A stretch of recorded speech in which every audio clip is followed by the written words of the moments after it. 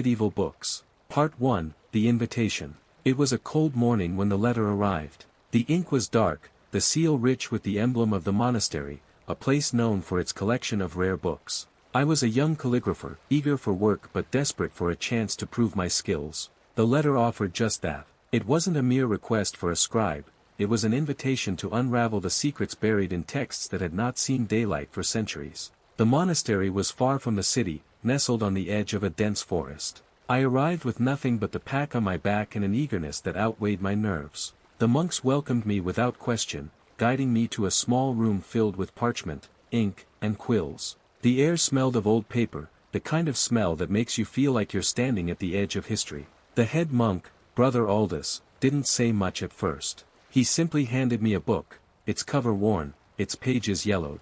"This," he said, "is where you begin."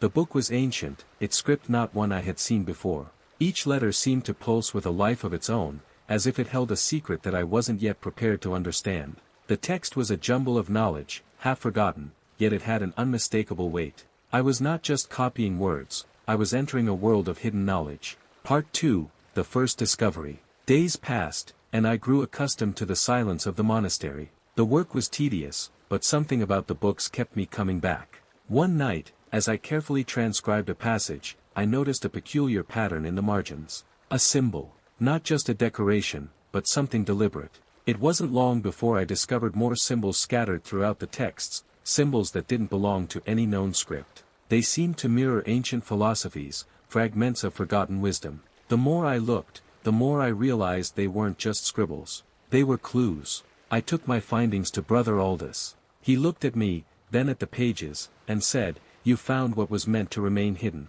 His voice trembled slightly. I had no idea what that meant, but I felt the weight of his words. Something was hidden in these books, something powerful. Part 3, The Secret Chamber. By now, my curiosity had consumed me. I spent long hours in the library, deciphering the texts and piecing together the clues. One evening, I stumbled across a passage that described a hidden chamber beneath the monastery, a place where the greatest secrets of the ancient world were kept. It was a chamber no one had entered in centuries, a place that had been lost to time. I couldn't resist. I waited for the monks to retire for the night, then I followed the instructions from the book, moving silently through the monastery. There was a narrow staircase hidden behind a false wall in the library. The steps were steep, the air thick with dust. It felt as if I was descending into the past. At the bottom, I found a small room, its walls lined with more ancient manuscripts, their pages glowing faintly in the candlelight. In the center was a pedestal, and on it, an intricately carved box. My hands shook as I reached for it, knowing this was the moment I had been waiting for. I opened the box. Inside, there was a single scroll, its surface etched with symbols I had never seen. As I unrolled it, the air around me seemed to change. A strange chill settled over my skin. The words on the scroll were written in a language that spoke directly to me, not through words, but through something deeper. A realization struck me, this wasn't just a book. It was a key to something I couldn't yet understand, but I knew I had to keep it safe. Part 4, The Unraveling. The more I studied the scroll, the more I felt its power. But with it came a strange sense of dread. My dreams became filled with images of strange landscapes, and voices whispered to me in languages I could not comprehend. One night, I awoke to find the scroll missing. I searched the room frantically, but it was gone.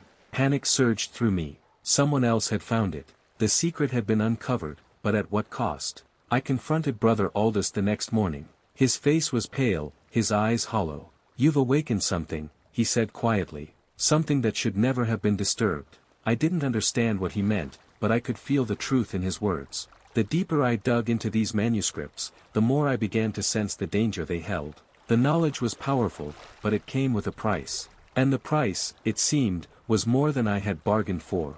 Part 5, The Final Test. The monastery became a place of tension. I could see it in the monks' eyes. They were watching me. I had uncovered something I wasn't supposed to, and now I was in danger. Then, one evening, Brother Aldous disappeared. It was as though he had vanished into thin air. There was no trace of him, no sign of a struggle, just an empty room and the lingering scent of incense. That night, the voices returned.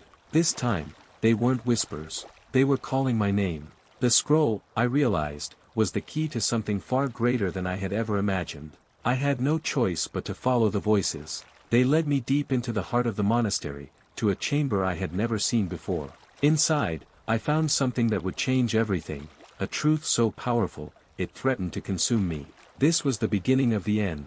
The story of the creator of medieval books was just beginning, and the deeper I went, the more I realized how little I truly understood. The creator of medieval books. Part 6, The Forbidden Knowledge. I had no time to process what had happened to Brother Aldous. His disappearance, the strange whispers, the feeling that something was pulling me deeper into the mystery. I had no choice but to follow the trail. The chamber I found wasn't like any other in the monastery.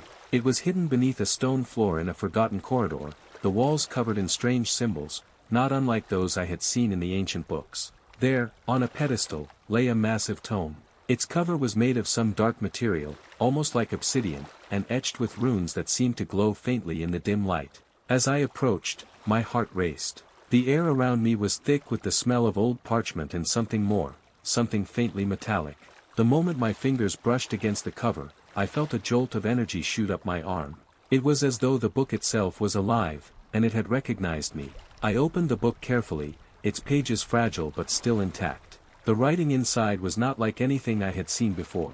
It was a language older than any human tongue, but it was not foreign to me, as if something inside me already knew how to read it. I could feel the weight of the knowledge pressing down on me, trying to absorb me into its depths. It wasn't just philosophy, it wasn't just ancient science, it was something more. The secrets of the universe, the mechanics of life, death, and everything in between. And with that knowledge came the realization of the price I would have to pay. Part 7, The Price of Knowledge. Days turned into weeks, and the world outside the monastery felt further and further away. I barely ate, barely slept.